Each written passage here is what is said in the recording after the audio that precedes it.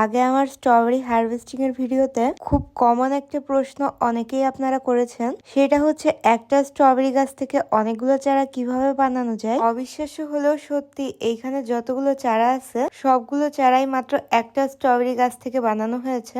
এর আগেও আমি এই চারা করার ভিডিওটা শেয়ার করেছিলাম।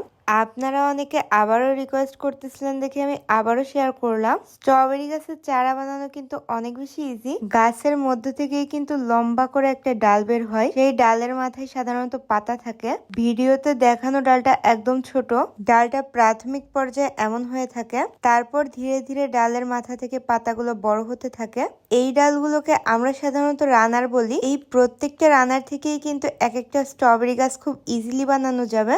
আমাদের সবগুলো গাছেই কিন্তু অনেক অনেক রানার আসে। এই যে রানার গুলো আসতেছে মোটামুটি একটু বড় হয়ে গেলে যে কোনো মাটিতে এটা হালকা করে প্রেস করে রেখে দিতে হয়। পরবর্তীতে 20-25 দিনের মধ্যেই দেখা যায় ওইখান থেকে শিকড় বের হওয়া শুরু হয়েছে। তারপর রানারের যে ডালের অংশটা থাকে ওটা কেটে দিলেই হয়। গাছটা পুরোপুরি একটা পাত্রে শিফট না হওয়া পর্যন্ত কিন্তু এই রানারটা কাটা উচিত না।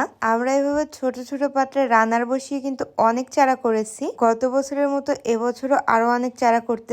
আমরা কিন্তু প্রাথমিক পর্যায়ে চারাগুলো ছোট পাত্রে রাখি। যখন গাছটা মোটামুটি সেট হয়ে যায় তখন কিন্তু বড় পাত্রে শিফট করি। পাত্রের সাইজ গুলো মোটামুটি 10 থেকে 15 ইঞ্চির হয়ে থাকে। ভিডিওতে দেখানো ছোট ছোট পাত্রগুলোতে কিন্তু লাগালে স্ট্রবেরি হবে না। এইগুলাতে লাগানোর মেইন উদ্দেশ্যই হচ্ছে প্রাথমিক পর্যায়ে চারাগুলো বানানো। এই চারাগুলোকেই কিন্তু আমরা আবার বড় বড় পাত্রে শিফট করব। এভাবেই কিন্তু খুব সিম্পলি অনেক সুন্দর সুন্দর চারা বানানো যায়। আর এই স্ট্রবেরি গাছ অথবা যে কোনো গাছের মাটিটা কিন্তু খুবই ইম্পর্টেন্ট। স্ট্রবেরি গাছের মাটি তৈরি, গাছ রোপণ, এইসব ভিডিও কিন্তু এর আগেও আমি শেয়ার করেছি। আপনারা যদি এর আগে আমার ভিডিওগুলো দেখে না থাকেন সেই ক্ষেত্রে একটু ইউটিউবে খুঁজলেই পেয়ে যাবেন।